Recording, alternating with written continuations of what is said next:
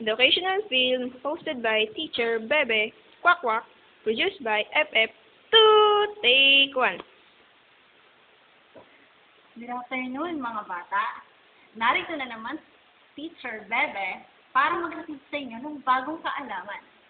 Ngayong hapon na ito, tuturuan ko kayo kung paano mag-lettering gamit lamang ang kaperasong color paper at gunting.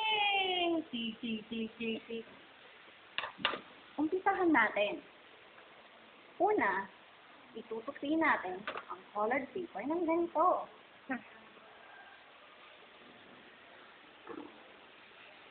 Pag natupi na, gupitin na natin.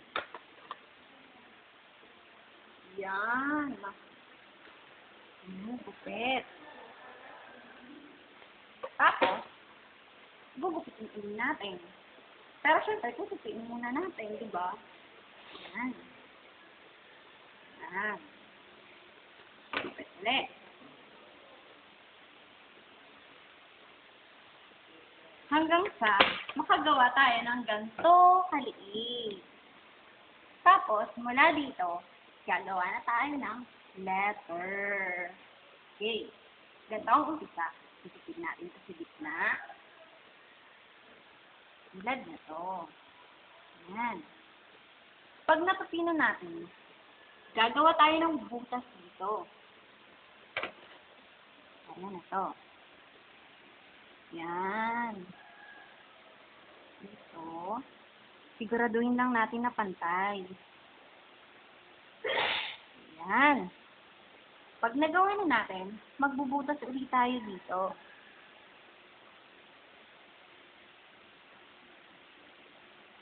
Yan.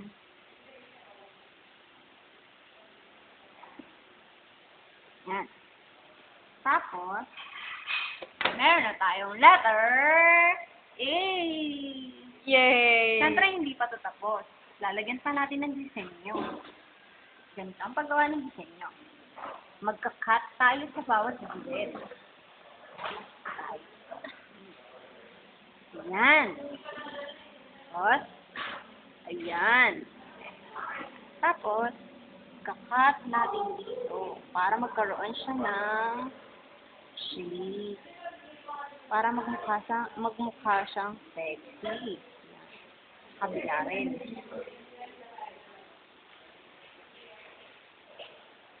Ayan. Ayan, meron na tayong letter A. Ganda, di ba? Sunod, gagawin na naman natin yung letter P. Paano gawin ang letter P? Mula sa kapirasong papel, ano ang gagawin? Siyempre, tutupiin ulit sa gitna. Pagkatapos, magbubutas tayo dito. Tulad ng ginawa natin kanina. So, ayan.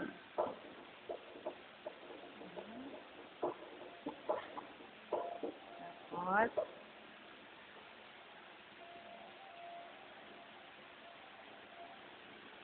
kailangang pantay yung butas para hindi masagwang tingnan. Ayan, ayaw kumagat ng gunting. Puro na ata yung gunting ko. Dapat mga bata, kumuha kayo ng gunting na matalas. Tapos, isasok niyo sa katabi niyo. Yan, nakagawa na tayo ng butas. Pero hindi pa tapos. Kagaya ng ginawa natin kanina, ay lalagyan pa natin siya ng isa pang butas. At diretso dun. Ay. Yan, nanginginig ako. Yan. Tapos, tatanggalin natin tong portion na to para magmukha siyang letter T. So, pwedeng tupiin nyo, depende kung saan kayo mas komportable.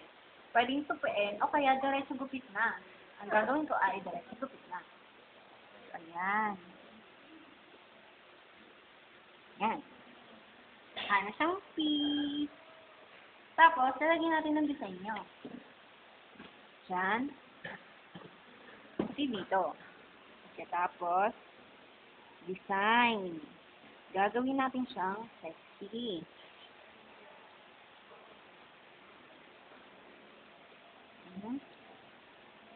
Yan. Dito rin.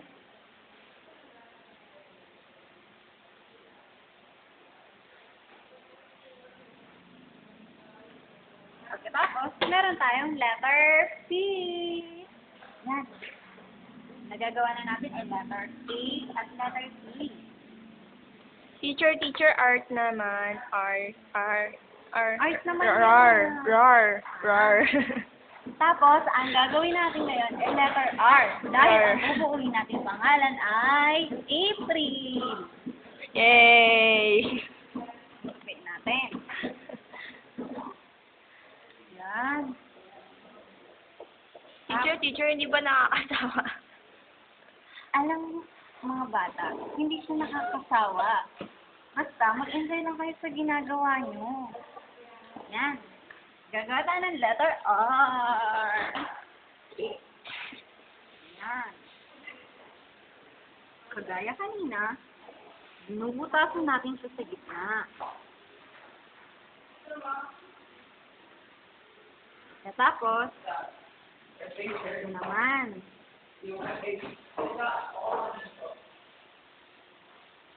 Tulad nito.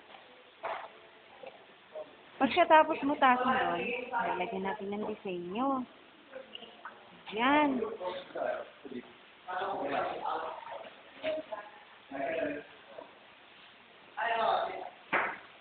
Ayan. Ayan.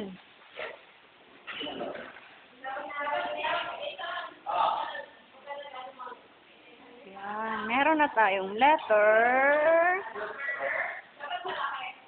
Meron tayong letter H. A. A? R ang gagawin natin, di ba? Oo. Mula sa A, gagawin natin sa letter R. Bubutasan lang natin yung bubugitan dito. Yan. Teacher, sinisira mo na. Hindi ko siya sinisira. Tingnan mo. Meron tayong letter R. Amazing! Tatlo na nagagawa natin.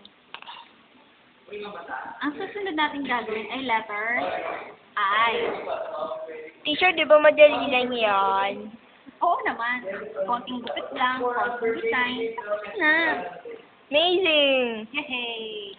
Yan. Tutok lang mga bata para matuto kayo. Para sa portfolio nyo, may design na kayo. Mamaya, pag natapos natin, ipapakita ko sa inyo ang design nyo.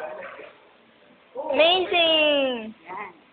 Ipapakita mo rin po yun sa amin yung malanding pusa. Oo, syempre. Kasi kasama sa art yun. Amazing! Yan. Tingnan natin kung kasing height niya. Ayun, kasing height nga. Di kaya.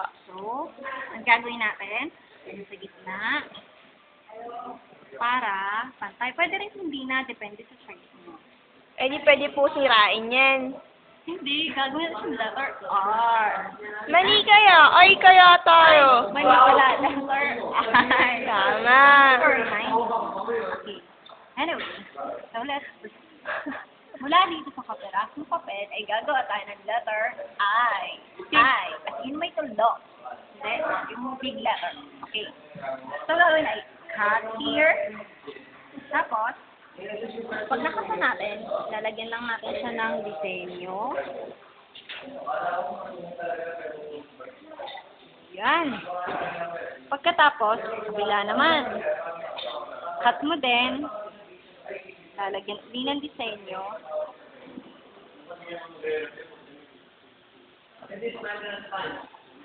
Meron na tayong letter I. So, iigitan natin ito. Teacher, kulang pa ng L. And, last one.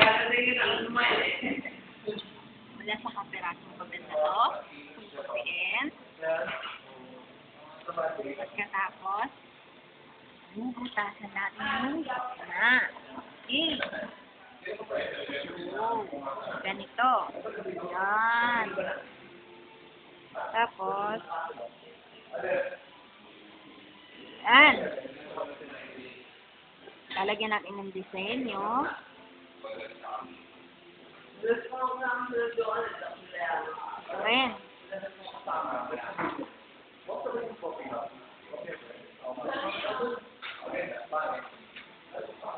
Tapos, gawain nito. Amazing! End na tayo. Tapos na ang ating artwork. O, diba? Masaya mga bata. So, sa bakasyon, gawa na kami na to. Masaya pa. Kapakipakinabang ka. Ito na. Ang aking artwork. Badang! Wow, ito yung malanding pusa, di ba? Yan. Cool, di ba? Di kaya. So, mga bata, kita-kits na rin tayo sa susunod na show sa ating Magic Kamay! Paalam! Tandaan, hindi kailangan ng pera, kailangan na